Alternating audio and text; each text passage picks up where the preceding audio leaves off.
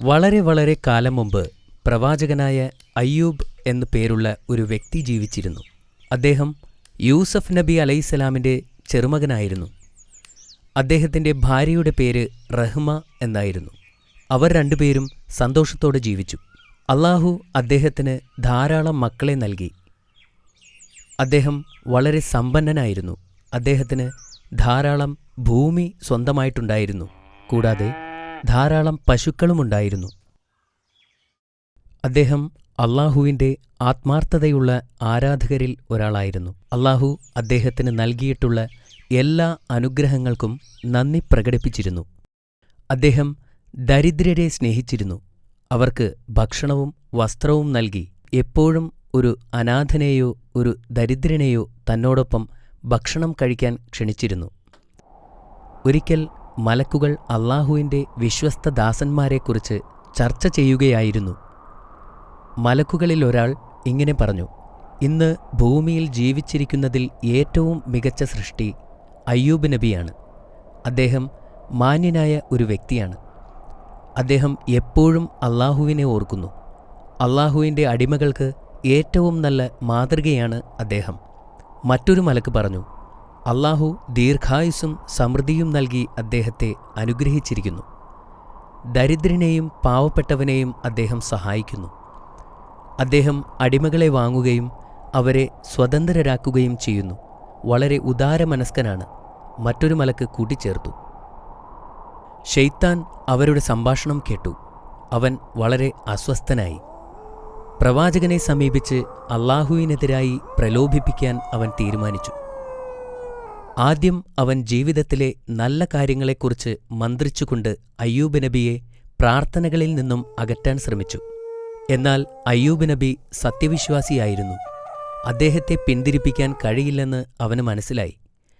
അവന്റെ ശ്രമം പരാജയപ്പെട്ടപ്പോൾ ശൈത്താൻ ശരിക്കും രോഷാകുലനായി. അയ്യൂബ് നബിയെക്കുറിച്ച് പിശാച് അള്ളാഹുവിനോട് പരാതി പറഞ്ഞു. പ്രവാചകൻ അള്ളാഹുവിനോട് പ്രാർത്ഥിക്കുന്നുണ്ടെങ്കിലും അദ്ദേഹം ആത്മാർത്ഥതയുള്ള വ്യക്തി ആയിരുന്നില്ലെന്ന് അവൻ പറഞ്ഞു. പ്രവാചകൻ അള്ളാഹുവിനെ തൃപ്തിപ്പെടുത്താൻ ശ്രമിക്കുകയാണ്. അതിനാൽ അള്ളാഹു അദ്ദേഹത്തിൻ്റെ ധനം അദ്ദേഹത്തിൽ നിന്നും എടുത്തു മാറ്റുകയില്ലെന്നും ശൈത്താൻ പറഞ്ഞു. നീ അവൻ്റെ സമ്പത്ത് നീക്കിക്കളയുന്നുവെങ്കിൽ അവൻ നിന്റെ നാമത്തെ ഒരിക്കലും ഉരുവിടുകയില്ല.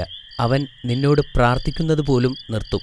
എന്നാൽ അള്ളാഹു ശൈത്താനോട് പറഞ്ഞു: അയ്യൂബ് അള്ളാഹുവിൻ്റെ ഏറ്റവും ആത്മാർത്ഥതയുള്ള ഭക്തന്മാരിൽ ഒരാളാണ്. അള്ളാഹുവിങ്കിൽ നിന്നുള്ള അനുഗ്രഹം ലഭിച്ചതിനാലാണ് അവൻ നിന്നെ അനുസരിക്കാത്തത്. പ്രവാചകന്റെ ആത്മാർത്ഥതയുടെ ആഴം ശൈത്താന് കാണിച്ചു കൊടുക്കാൻ അള്ളാഹു ആഗ്രഹിച്ചു. അതിനാൽ അയ്യൂബ് നബിയുടെ സ്വത്തിൽ അവൻ ഉദ്ദേശിച്ചതൊക്കെ ചെയ്യാൻ പിശാചിനെ അള്ളാഹു അനുവദിച്ചു. ശൈത്താൻ ഇപ്പോൾ വളരെ സന്തോഷവാനായി. അവൻ തൻ്റെ സഹായികളെയെല്ലാം കൂട്ടിച്ചേർക്കുകയും പ്രവാചകന്റെ ഉടമസ്ഥതയിലുള്ളതെല്ലാം തകർക്കാനും തുടങ്ങി. അവൻ അദ്ദേഹത്തിൻ്റെ കൃഷിസ്ഥലങ്ങൾ, കന്നുകാലികൾ എന്നിവയെല്ലാം കത്തിച്ചു കളഞ്ഞു. അദ്ദേഹത്തിൻ്റെ വീടിനെപ്പോലും വെറുതെ വിട്ടില്ല. പിന്നെ അവൻ അദ്ദേഹത്തിൻ്റെ എല്ലാ ദാസന്മാരെയും നശിപ്പിച്ചു. അയ്യൂബ് നബി ഇപ്പോൾ എല്ലാം നഷ്ടപ്പെട്ടവനായി മാറി. ആ സമയത്താണ് ശൈത്താൻ ഒരു വൃദ്ധന്റെ വേഷത്തിൽ പ്രവാചകനെ സമീപിച്ചത്. താങ്കളുടെ സമ്പത്തെല്ലാം നഷ്ടപ്പെട്ടു, അയാൾ പ്രവാചകനോട് പറഞ്ഞു. ഇതിനു കാരണം ചിലർ പറയുന്നത് താങ്കൾ മറ്റുള്ളവർക്ക് ധാരാളം ദാനധർമ്മങ്ങൾ ചെയ്തതുകൊണ്ടാണെന്നാണ്. മറ്റു ചിലർ പറയുന്നത് താങ്കൾ പ്രാർത്ഥനയ്ക്ക് വേണ്ടി ധാരാളം സമയം പാഴാക്കിയതുകൊണ്ടാണെന്ന്. താങ്കൾക്കുണ്ടായ നാശത്തെ തടയാൻ അള്ളാഹുവിന് കഴിവുണ്ടായിരുന്നെങ്കിൽ അള്ളാഹു താങ്കളെ രക്ഷിക്കുമായിരുന്നു. എന്നാൽ പ്രവാചകന് അള്ളാഹുവിലുള്ള വിശ്വാസത്തിന് അല്പം പോലും കോട്ടം തട്ടിയിരുന്നില്ല. ഈ കാണുന്നതെല്ലാം അള്ളാഹുവിന് സ്വന്തമാണ്. ഞാൻ ഈ സ്വത്തുക്കളുടെ ഒരു സംരക്ഷകൻ മാത്രമാണ്. അള്ളാഹു ഉദ്ദേശിക്കുന്നവർക്ക് അവൻ നൽകുകയും അള്ളാഹു ഉദ്ദേശിച്ചവരിൽ നിന്നും അവൻ തിരിച്ചെടുക്കുകയും ചെയ്യുന്നു. ഇങ്ങനെ പറഞ്ഞുകൊണ്ട് നബി വീണ്ടും അള്ളാഹുവിനോട് പ്രാർത്ഥിച്ചു. ഇത് കണ്ട ശൈത്താൻ വീണ്ടും നിരാശനായി. അതിനാൽ വീണ്ടും ശൈത്താൻ അള്ളാഹുവിനോട് സംസാരിച്ചു: ഞാൻ അവൻ്റെ വസ്തുവകകളൊക്കെയും നഷ്ടപ്പെടുത്തി. എന്നാൽ അവൻ ഇപ്പോഴും നിന്നിൽ അങ്ങേയറ്റം നന്ദിയുള്ളവനാണ്. അവൻ അള്ളാഹുവിനോട് പറഞ്ഞു: മാതാപിതാക്കളുടെ യഥാർത്ഥ പരീക്ഷണം അവൻ്റെ മക്കളിലൂടെയാണ്. അയ്യൂബിന് തൻ്റെ മക്കളെ നഷ്ടപ്പെടുമ്പോൾ അവൻ നിന്നെ തള്ളിപ്പറയുന്നത് കാണാം. അവൻ ആവശ്യപ്പെട്ട കാര്യം ചെയ്യാൻ പിശാചിന് അല്ലാഹു അധികാരം നൽകി. എന്തൊക്കെ ആസൂത്രണങ്ങൾ നടത്തിയാലും പ്രവാചകന്റെ വിശ്വാസവും ക്ഷമയും ഇല്ലാതാക്കാൻ കഴിയില്ലെന്ന് അല്ലാഹു അവന് മുന്നറിയിപ്പ് നൽകുകയും ചെയ്തു. ശൈത്താൻ വീണ്ടും തന്റെ സഹായികളെ വിളിച്ചുകൂട്ടി പ്രവാചകന്റെ മക്കളെ നശിപ്പിക്കാൻ ഇറങ്ങിപ്പുറപ്പെട്ടു. അവൻ പ്രവാചകന്റെ മക്കൾ താമസിച്ചിരുന്ന വീട് നശിപ്പിച്ചു. അവരെ എല്ലാവരെയും കൊന്നുകളഞ്ഞു. ശൈത്താൻ വീണ്ടും ഒരു പുരുഷനായി വേഷം മാറി പ്രവാചകന്റെ അടുത്തേക്ക് ചെന്നു. ആശ്വസിപ്പിക്കുന്ന രീതിയിൽ അവൻ അദ്ദേഹത്തോട് പറഞ്ഞു, താങ്കളുടെ മക്കൾ മരണമടഞ്ഞ സാഹചര്യം വളരെ ദുഃഖകരമായിരുന്നു. തീർച്ചയായും നിന്റെ നാഥൻ നിന്റെ പ്രാർത്ഥനയ്ക്കുള്ള പ്രതിഫലം നൽകിയില്ല. നബി അല്ലാഹുവിനെ ഇപ്പോൾ നിഷേധിക്കുമെന്ന പ്രതീക്ഷയിൽ പിശാച് ആകാംക്ഷയോടെ കാത്തിരുന്നു. പക്ഷേ പ്രവാചകൻ പറഞ്ഞു, അല്ലാഹു ചിലപ്പോൾ നൽകും, ചിലപ്പോൾ അവൻ തിരിച്ചെടുക്കും. അവൻ ചിലപ്പോൾ സന്തുഷ്ടനാണ്, ചിലപ്പോൾ നമ്മൾ ചെയ്യുന്നതിൽ അവൻ തൃപ്തനല്ല. എന്ത് സംഭവിച്ചാലും എൻ്റെ വിശ്വാസത്തിൽ ഞാൻ ഉറച്ചു നിൽക്കുകയും എൻ്റെ സൃഷ്ടാവിനോട് ഞാൻ എന്നും നന്ദിയുള്ളവനായിരിക്കുകയും ചെയ്യും. പിന്നെ പ്രവാചകൻ തൻ്റെ നാഥനോട് പ്രാർത്ഥിച്ചു. അത് കണ്ടപ്പോൾ ശൈത്താൻ വളരെ കോപാകുലനായി. ശൈത്താൻ വീണ്ടും ദൈവത്തോട് വിളിച്ചു പറഞ്ഞു, അയ്യൂബിന് തൻ്റെ സമ്പത്ത് മുഴുവൻ നഷ്ടപ്പെട്ടു, കുട്ടികൾ മരിച്ചു. അവന് ആരോഗ്യമുണ്ടായിരിക്കുന്നിടത്തോളം കാലം ഇനിയും കുട്ടികളുണ്ടാകുമെന്ന പ്രതീക്ഷയിൽ അല്ലാഹുവിനെ കൂടുതൽ കൂടുതൽ ആരാധിച്ചു കഴിയും. അതുകൊണ്ട് അദ്ദേഹത്തിൻ്റെ ശരീരത്തെ തളർത്തുവാൻ എനിക്ക് അനുവാദം തരണം. പിന്നീട് അവൻ ഒരിക്കലും അല്ലാഹുവിനെ ആരാധിക്കുകയില്ല. അവനൊരു നിഷേധിയായിത്തീരും. പിശാചിനെ ഒരു പാഠം പഠിപ്പിക്കണമെന്ന് അല്ലാഹു നിശ്ചയിച്ചു. അതിനാൽ അവൻ്റെ മൂന്നാമത്തെ ആവശ്യവും അല്ലാഹു അനുവദിച്ചു. എന്നാൽ ഒരു വ്യവസ്ഥ വച്ചു. പ്രവാചകന്റെ ശരീരത്തിൽ മാത്രമായിരിക്കും ശൈത്താൻ അധികാരം, മറിച്ച് അവൻ്റെ ആത്മാവിലോ ബുദ്ധിയിലോ അല്ല. പ്രവാചകൻ തീർച്ചയായും തൻ്റെ ദൈവത്തെ ഉപേക്ഷിക്കാൻ പോവുകയാണെന്ന് അറിയാമായിരുന്നതിനാൽ പിശാച് വളരെ സന്തുഷ്ടനായിരുന്നു. ഈ അധികാരം ഉപയോഗിച്ച് ശൈത്താൻ പ്രവാചകന്റെ ശരീരത്തിൽ പ്രവർത്തിക്കാൻ തുടങ്ങി. പ്രവാചകൻ രോഗബാധിതനായി. കുറച്ചു കഴിഞ്ഞപ്പോൾ നബിയുടെ ശരീരം വെറും അസ്ഥിയും തൊലിയും മാത്രമായി. എന്നാൽ പ്രവാചകൻ തൻ്റെ സകല വിശ്വാസങ്ങളിലും ശക്തമായി ഉറച്ചുനിന്നു. അദ്ദേഹം നിരാശനാവുകയോ സഹായത്തിനായി മറ്റുള്ളവരിലേക്ക് തിരിയുകയോ ചെയ്തില്ല. അല്ലാഹുവിൻ്റെ കാരുണ്യം പ്രതീക്ഷിച്ച് കാത്തിരുന്നു. അദ്ദേഹത്തിൻ്റെ അടുത്ത ബന്ധുക്കളും സുഹൃത്തുക്കൾ പോലും അദ്ദേഹത്തെ ഉപേക്ഷിച്ചു. ദയയും സ്നേഹവുമുള്ള അദ്ദേഹത്തിൻ്റെ ഭാര്യ മാത്രം അദ്ദേഹത്തിൻ്റെ കൂടെ നിന്നു.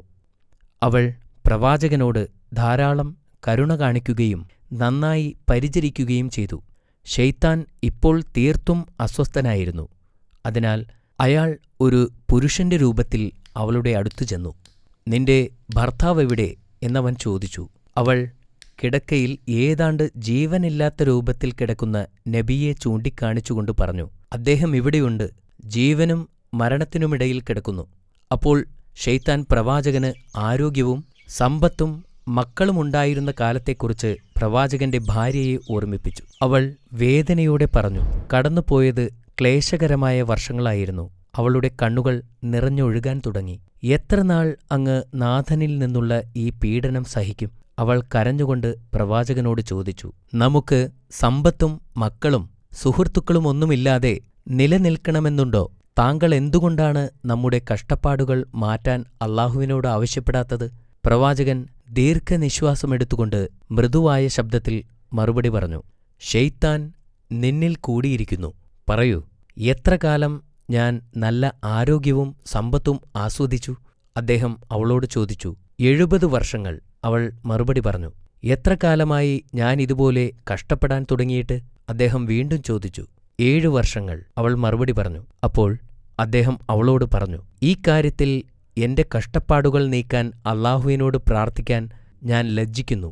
കാരണം ആരോഗ്യത്തോടും സമ്പൽ സമൃദ്ധിയോടും ജീവിക്കുന്ന വർഷത്തേക്കാൾ കൂടുതൽ വർഷം ഞാൻ കഷ്ടപ്പാടനുഭവിച്ചില്ല. എന്നിട്ട് അദ്ദേഹം അവളോട് പറഞ്ഞു, അല്ലാഹുവിനോടുള്ള വിശ്വാസത്തിൽ നീ അസംതൃപ്തയാണ്. എപ്പോഴെങ്കിലും എനിക്കെന്റെ ആരോഗ്യം തിരിച്ചു കിട്ടുകയാണെങ്കിൽ ഞാൻ നിന്നെ 100 ചാട്ടവാറടി കൊണ്ട് ശിക്ഷിക്കും എന്നദ്ദേഹം പ്രതിജ്ഞ ചെയ്തു. അദ്ദേഹം അവളോട് വീട് വിട്ടു പോകുവാൻ ആജ്ഞാപിച്ചു. പ്രവാചകന്റെ ഭാര്യ കരഞ്ഞുകൊണ്ട് വീട് വിട്ടുപോയി. ഈ നിസ്സഹായ അവസ്ഥയിൽ അദ്ദേഹം അല്ലാഹുവിനോട് പ്രാർത്ഥിച്ചു. അത് പരാതിപ്പെടാനല്ലായിരുന്നു, അല്ലാഹുവിന്റെ കാരുണ്യത്തിനു വേണ്ടിയായിരുന്നു. എന്റെ നാഥാ, ഞാൻ അവശനായിരിക്കുന്നു. നീയാണ് ഏറ്റവും വലിയ കരുണാമയൻ. പ്രവാചകന്റെ പ്രാർത്ഥന സ്വീകരിച്ച് അല്ലാഹു അദ്ദേഹത്തോട് കരുണ കാട്ടുകയും ചെയ്തു. അല്ലാഹു തന്റെ കാല് ഭൂമിയിൽ കുത്താൻ ആവശ്യപ്പെട്ടു. പ്രവാചകൻ ആ കൽപ്പന അനുസരിച്ചു. പെട്ടെന്നു തന്നെ നിലത്തുനിന്ന് ഒരു ഉറവ വന്നു. അല്ലാഹു കൽപ്പിച്ചതുപോലെ അദ്ദേഹം ആ വെള്ളത്തിൽ കുളിച്ചു. പെട്ടെന്ന് അദ്ദേഹത്തിന് സുഖം പ്രാപിച്ചു. അതേസമയം തന്റെ വിശ്വസ്തയായ ഭാര്യയ്ക്ക് ഭർത്താവിനെ പിരിഞ്ഞ് അധിക ദൂരം പോകാൻ കഴിഞ്ഞിരുന്നില്ല. അദ്ദേഹത്തെ സേവിക്കാൻ ആഗ്രഹിച്ച് അവൾ വീട്ടിലേക്ക് മടങ്ങിവന്നു. വീടിനകത്ത് കടന്നപ്പോൾ പെട്ടെന്നുള്ള മാറ്റം കണ്ട് അവൾ അതിശയിച്ചു. പ്രവാചകൻ വീണ്ടും ആരോഗ്യവാനായിരിക്കുന്നു. അവൾ അദ്ദേഹത്തെ കെട്ടിപ്പിടിക്കുകയും അല്ലാഹുവിനോട് നന്ദി പറയുകയും ചെയ്തു. പ്രവാചകൻ ദേഷ്യത്തിലായിരുന്നപ്പോൾ എടുത്ത ശപഥത്തെക്കുറിച്ചോർത്ത് അദ്ദേഹം ഇപ്പോൾ ദുഃഖിക്കുന്നു. ആരോഗ്യം തിരിച്ചു കിട്ടുകയാണെങ്കിൽ ഭാര്യയ്ക്ക് 100 അടി നൽകുമെന്ന് അല്ലാഹുവിനോട് സത്യം ചെയ്തിരുന്നു. അവളെ വേദനിപ്പിക്കാൻ അദ്ദേഹത്തിനാകുമായിരുന്നില്ല. എന്നാൽ അല്ലാഹുവിനോടുള്ള വാക്കു തെറ്റിക്കാനും അദ്ദേഹത്തിന് കഴിയില്ലായിരുന്നു. അല്ലാഹു തന്റെ വിശ്വസ്തനായ ദാസന്റെ ധർമ്മസങ്കടം പരിഹരിക്കാനായി വന്നു. അല്ലാഹു അദ്ദേഹത്തോട് കനം കുറഞ്ഞ പുല്ലിന്റെ ഒരു കെട്ടുണ്ടാക്കുവാനും അതുവച്ച് ഭാര്യയെ പതുക്കെ അടിക്കുവാനും ആവശ്യപ്പെട്ടു. അല്ലാഹു പ്രവാചകന് അദ്ദേഹത്തിന്റെ സമ്പത്തുകളെല്ലാം തിരിച്ചുകൊടുത്തു. അദ്ദേഹത്തിന്റെ മക്കളെ മരണത്തിൽ നിന്നും ഉയർത്തെഴുന്നേൽപ്പിച്ചു. അദ്ദേഹം 93 വയസ്സുവരെ ജീവിച്ചിരുന്നു എന്നാണ് പറയപ്പെടുന്നത്. ഈ കഥ നമ്മെ ഓർമ്മിപ്പിക്കുന്നത് അല്ലാഹു നമ്മളെ പല രീതിയിൽ പരീക്ഷിക്കുമെന്നാണ്. അതുകൊണ്ട് നമ്മുടെ വിശ്വാസത്തിൽ നാം ശക്തരായി നിലകൊള്ളണം. നിരന്തരം അവനെ ആരാധിക്കുകയും ചെയ്യണം. മാഷാ അല്ലാ, ഇത് വളരെ നല്ല കഥയായിരുന്നു. നീ ഇപ്പോൾ ചോദ്യങ്ങൾക്ക് തയ്യാറാണോ അമീർ? തയ്യാറാണ്. ശരി, എങ്കിൽ പറയൂ, പ്രവാചകനെ പിന്തിരിപ്പിക്കാൻ വേണ്ടി ശൈത്താൻ ആദ്യം ശ്രമിച്ചതെങ്ങനെ? എല്ലാ നല്ല കാര്യങ്ങളെക്കുറിച്ചും മന്ത്രിച്ചുകൊണ്ട് ശൈത്താൻ പ്രവാചകനെ പ്രാർത്ഥനകളിൽ നിന്ന് ശ്രദ്ധ തിരിക്കാൻ ശ്രമിച്ചു. പ്രവാചകൻ അതിൽ നിന്നും ശ്രദ്ധ തിരിച്ചോ? ഇല്ല, പ്രവാചകൻ ഒരു യഥാർത്ഥ വിശ്വാസിയായിരുന്നു. അദ്ദേഹം മറ്റൊന്നിലും ശ്രദ്ധ കേന്ദ്രീകരിച്ചില്ല. അത് ശരിയാണ്. പ്രവാചകൻ എങ്ങനെയാണ് രണ്ടാമത്തെ തവണ പരീക്ഷിക്കപ്പെട്ടത്? പ്രവാചകൻ അള്ളാഹുവിനെ തൃപ്തിപ്പെടുത്താൻ ശ്രമിക്കുകയാണെന്നും അള്ളാഹു നബിയുടെ സ്വത്ത് എടുത്തു മാറ്റണമെന്നും ശൈത്താൻ പറഞ്ഞു. എന്നിട്ട് നബിയുടെ സ്വത്ത് മുഴുവൻ ശൈത്താൻ കത്തിച്ചു കളഞ്ഞു. മാഷാ അല്ലാ, വീണ്ടും ശരിയാണ്. പ്രവാചകൻ ഈ സമയം അല്ലാഹുവിനോടുള്ള ആരാധന നിർത്തിയോ? ഇല്ല, അദ്ദേഹത്തിന്റെ എല്ലാ സ്വത്തുകളും അള്ളാഹു നൽകിയതായിരുന്നു എന്നും അത് തിരിച്ചെടുത്തതിൽ പ്രശ്നങ്ങളൊന്നുമില്ല എന്നും പറഞ്ഞു. Very good. മൂന്നാമത്തെ തവണ ശൈത്താൻ അദ്ദേഹത്തെ പരീക്ഷിച്ചതെങ്ങനെയായിരുന്നു? പ്രവാചകന്റെ കുട്ടികളെ കൊല്ലുന്നതിനായി അള്ളാഹുവിന്റെ അനുവാദം ശൈത്താൻ വാങ്ങി. മക്കളെല്ലാം കൊല്ലപ്പെട്ട ശേഷം പ്രവാചകൻ അല്ലാഹുവിനോടുള്ള പ്രാർത്ഥന നിർത്തിയോ? ഇല്ല, പ്രവാചകൻ അള്ളാഹുവിനോടുള്ള പ്രാർത്ഥന അവസാനിപ്പിച്ചില്ല. വീണ്ടും പ്രാർത്ഥിച്ചുകൊണ്ടിരുന്നു. ശൈത്താൻ അവസാനമായി പ്രവാചകനെ പരീക്ഷിച്ചതെങ്ങനെ? പ്രവാചകന്റെ ശരീരം രോഗം ബാധിച്ച് അവശനാക്കുവാൻ അള്ളാഹുവിനോട് അനുവാദം വാങ്ങിച്ചു. ഇതുകൊണ്ട് പ്രവാചകൻ അല്ലാഹുവിനോടുള്ള ആരാധന നിർത്തിയോ? ഇല്ല, പ്രവാചകൻ തന്റെ സകല വിശ്വാസങ്ങളിലും ഉറച്ചുനിന്നു. നബി നിരാശനാവുകയോ സഹായത്തിനായി മറ്റുള്ളവരിലേക്ക് തിരിയുകയോ ചെയ്തില്ല. അള്ളാഹുവിന്റെ പ്രീതിക്കായി നബി കാത്തിരുന്നു. മാഷാ അല്ലാ,